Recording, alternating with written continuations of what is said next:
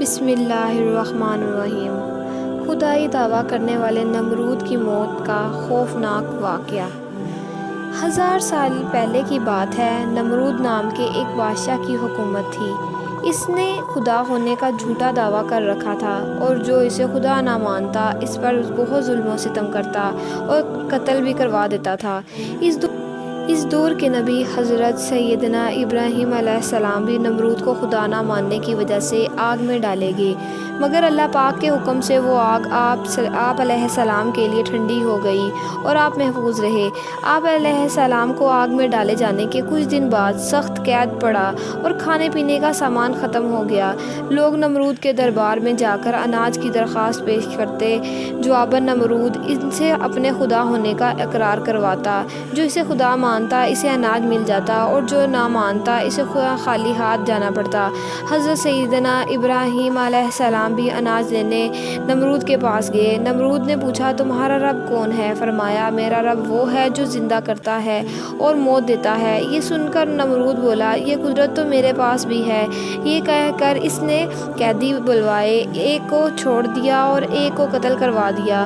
آپ علیہ السلام نے نمرود کی کم عقلی دیکھ کر فرمایا، میرا رب مشرق سے سورج کو نکالتا ہے، تو اگر خدا ہے تو مغرب سے سورج نکال کر دکھا۔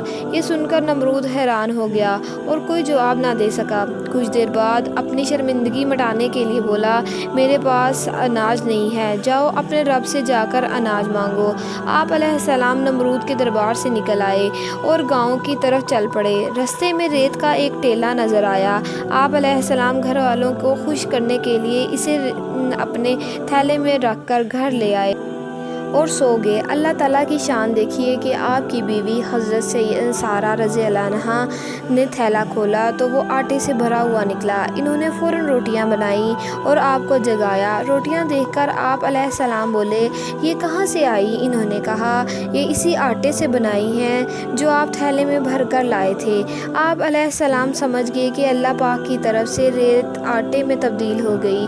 چنانچہ آپ علیہ السلام نے اللہ پاک کا شکر ادا کیا۔ ادھر اللہ پاک نے انسانی شکل میں ایک فرشتہ نمرود کے پاس بھیجا۔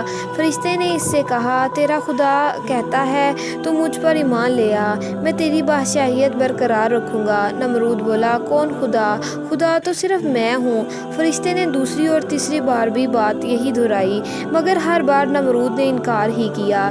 نمرود کی اس سرکشی کا نتیجہ یہ ہوا کہ اللہ پاک کی طرف سے مچھروں کی ایک فوج نمرود کے لشکر پر مسلط ہو گئی، جس نے لشکر کے تمام افراد کا گوشت کھا کر سارا خون پی لیا اور ان کی ہڈیاں صرف باقی رہ گئی۔ مچھر اتنے زیادہ تھے کہ سورج کی روشنی میں دکھائی ہی نہیں دیتے تھے۔ نمرود ہولناک منظر دیکھتا تھا مگر کچھ نہیں کر سکتا تھا۔ اس کے بعد اللہ کا کرنا یہ ہوا کہ ایک مچھر نمرود کی ناک کے راستے دماغ میں گھس گیا اور مغز کھانا شروع کر دیا۔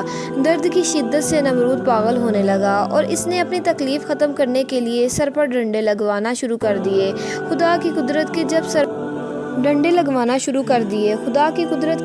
سر پر ڈنڈا پڑتا مچھر کاٹنا چھوڑ دیتا اور جب ڈنڈا نہ پڑتا تو کاٹنا شروع کر دیتا۔